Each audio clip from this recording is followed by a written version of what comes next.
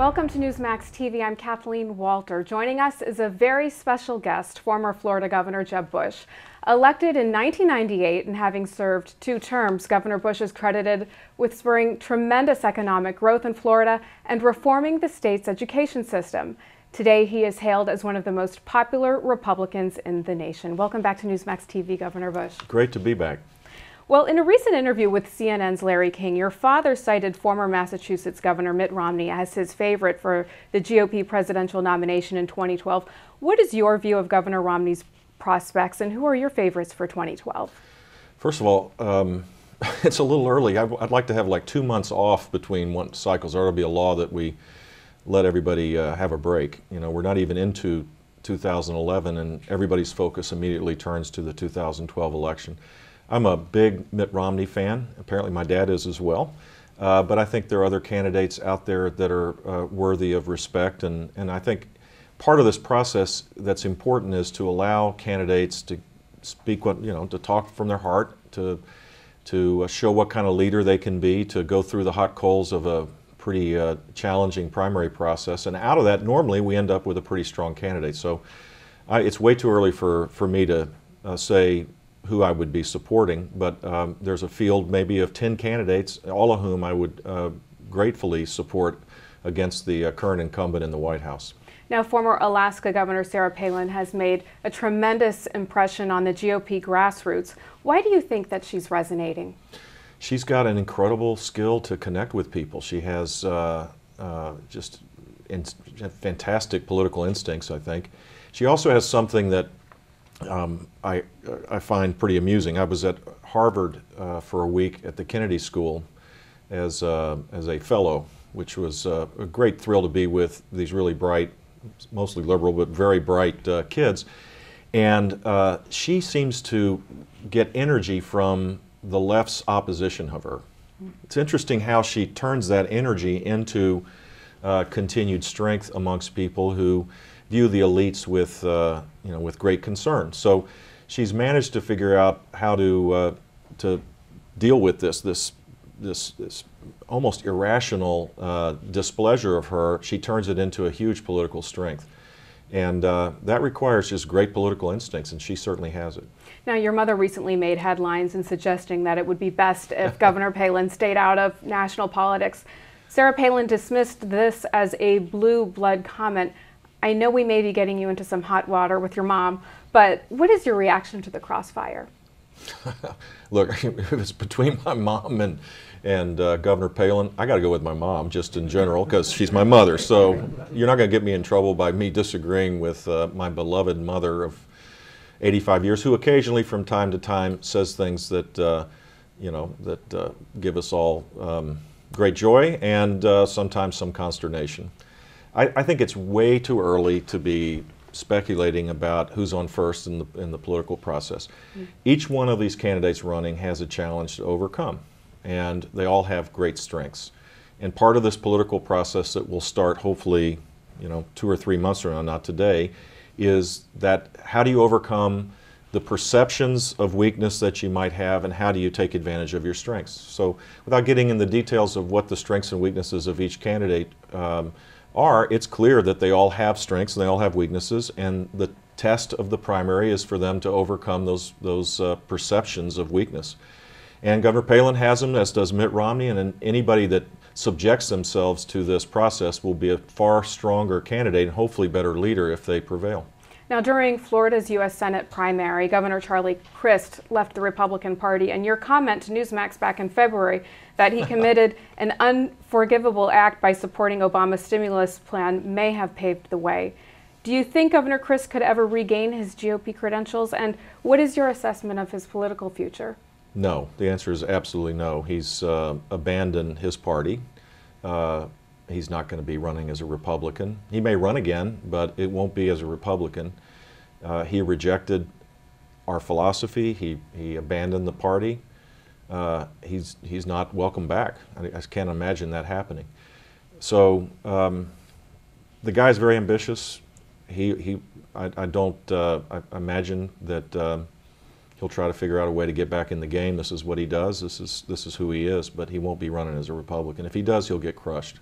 Now, Chris lost to Marco Rubio in the three-way primary race. Upon election, Rubio said that the GOP should not misread the midterms as an embrace of the GOP. What is your take on that? I think it's absolutely true. This was a repudiation of the political class in general, the inability to get things done, perhaps more importantly, a complete rejection of this vast overreach that President Obama and his allies in Congress have attempted through health care, financial services reform, EPA's regulatory efforts on steroids, this massive government spending.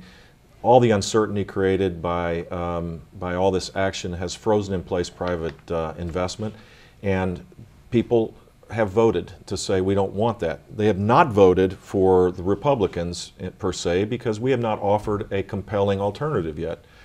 And so I think Marco and others that have the humility to recognize we have to earn our support by offering proposals that that validate our principles and are 21st century oriented, those are the ones that will win, and that creates a more sustainable support. Mm-hmm. If that doesn't happen, if Republicans line up to get in the front part of the trough to go after earmarks and do what Democrats have done and Republicans prior to them have done, the American people will reject the new Republican majorities in Washington.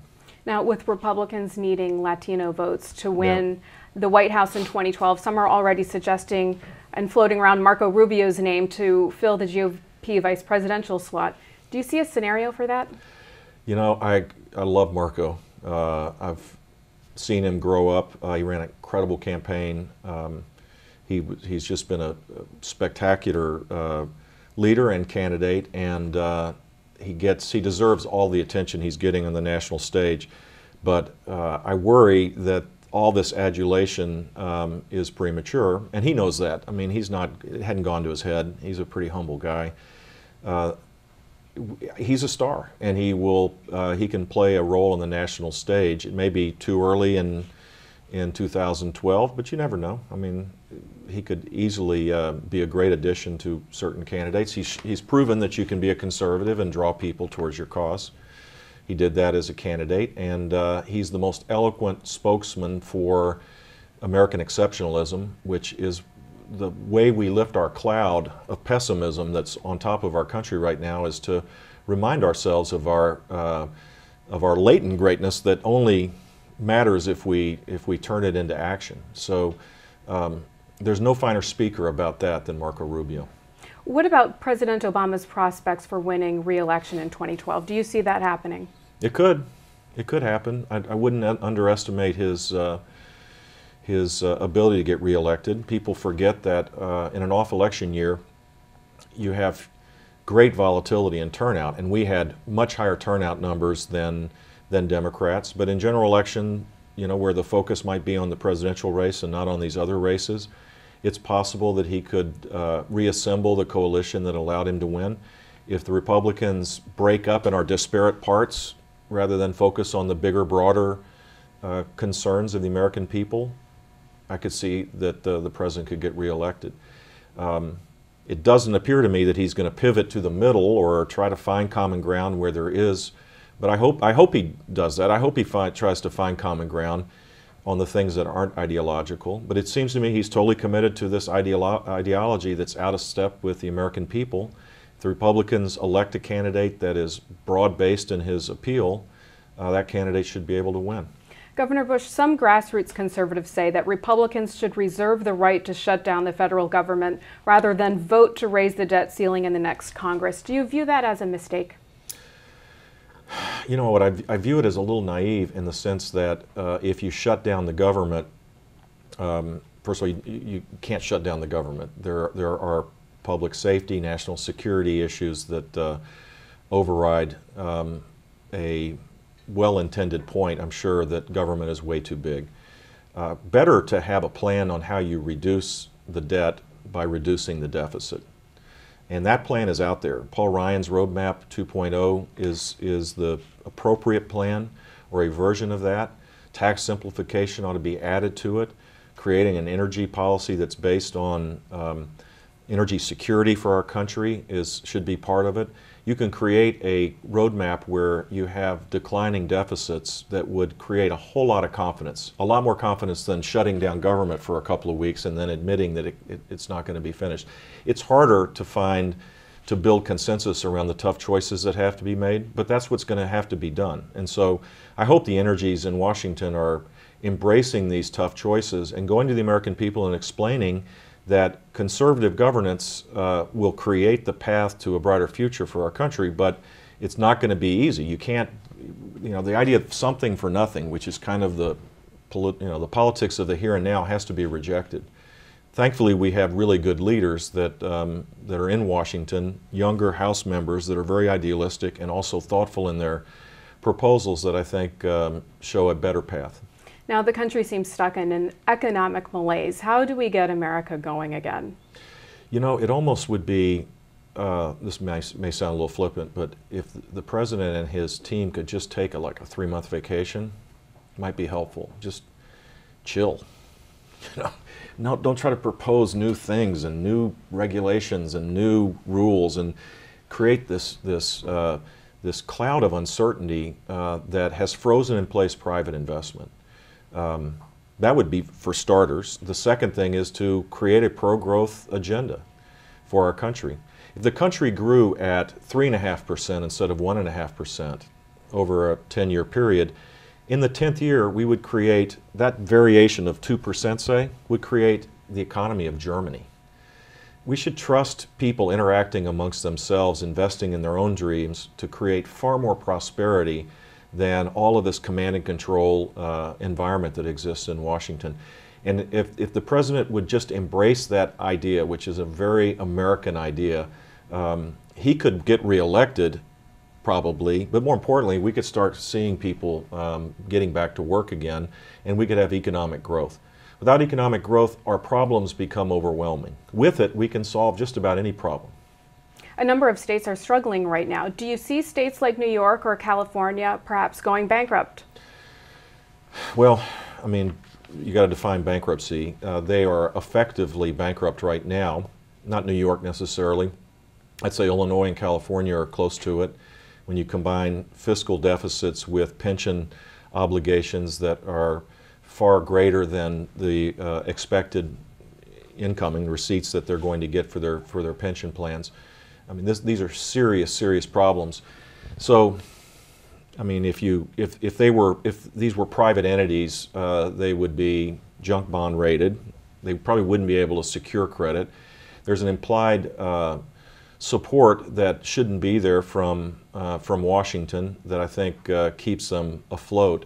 And we should make sure that the bad behaving states don't get in the front of the line for any kind of bailout in Washington at the expense of states like Florida who have behaved significantly better. So I worry about this. In fact, this may be the place where the international financial community will express its disgust with the fiscal policy of the United States first. Turning to national security, the recent batch of WikiLeaks suggests that many Arab states fear an Iranian bomb. Should Israel or the U.S. allow Iran to acquire a nuclear bomb, and if not, how do we stop them? Well, I think we have to keep the military option on the table, for starters, because by eliminating that empowers bad behavior in Tehran amongst its leaders. Secondly, I think we need to be much more aggressive in supporting civil opposition to the regime in Iran. I was saddened to see how the Obama administration handled the post-election revolution on the streets. It was not necessarily related to the election, but it was related to this desire for freedom. It seemed like we were very tepid at a time when we should forcefully support freedom. It's part of who we are as a nation, and I don't think we should be ashamed of it. I think we should embrace this noble concept of, but for the United States, who will be there to help. And then the third thing I think we need to do is to continue down the path of strengthening the sanctions, which have had some effect. So if you do all of those things and use all the diplomatic pressure to bring about the desired result, the military option becomes, because you have it, it actually becomes less necessary to use. But it is a huge threat, and these leaks, which are abhorrent, by the way, and absolutely disgusting to have American foreign policy played out through all these cables, leaked out in thousands and thousands of documents. It does show that that Iran poses the greatest threat in the region, when countries that publicly say Israel is the greatest threat privately say the obvious, which is that Iran is the greatest threat. It should bring home the fact that this should be a higher priority in terms of our own foreign policy. Let's talk about education, because I know that issue is very important to you. You serve as chairman of the Foundation for Excellence in Education. What challenges do we face as a nation as it relates to education these days? Well, for starters, we were #1 in the world in the age cohort that is measured in terms of the percentage of that age cohort. I think it's 25 to 40 that are college graduates. In 1996, today we're 13th. We've had an incredible decline, and it is not all related to our higher education system, although they could use a healthy dose of reform as well. The simple fact is that 1/3 of our kids graduate from high school, college, or career ready. In the greatest country in the face of the earth, that is shameful beyond belief. It is an abysmal result, and sadly we spend more per student than any country in the world. So it's not money, it is the fact that we've created these monopolies all across the country that are adult-centered. They're centered on the pensions of the adults, they're centered on the political power of the adults, they're centered on the pay of the adults, and the accountability necessary to change the system to a student-centered system is rare across the country. Florida is one of the places where we have robust accountability, more school choice, hopefully soon a significant change in terms of compensation of teachers based on student performance, and real accountability. All of that adds up to rising student achievement. And so I am passionate about this because I think it's a key element in our revival as a nation, is to assure that the next generation of Americans can access the jobs that may not even been thought about today.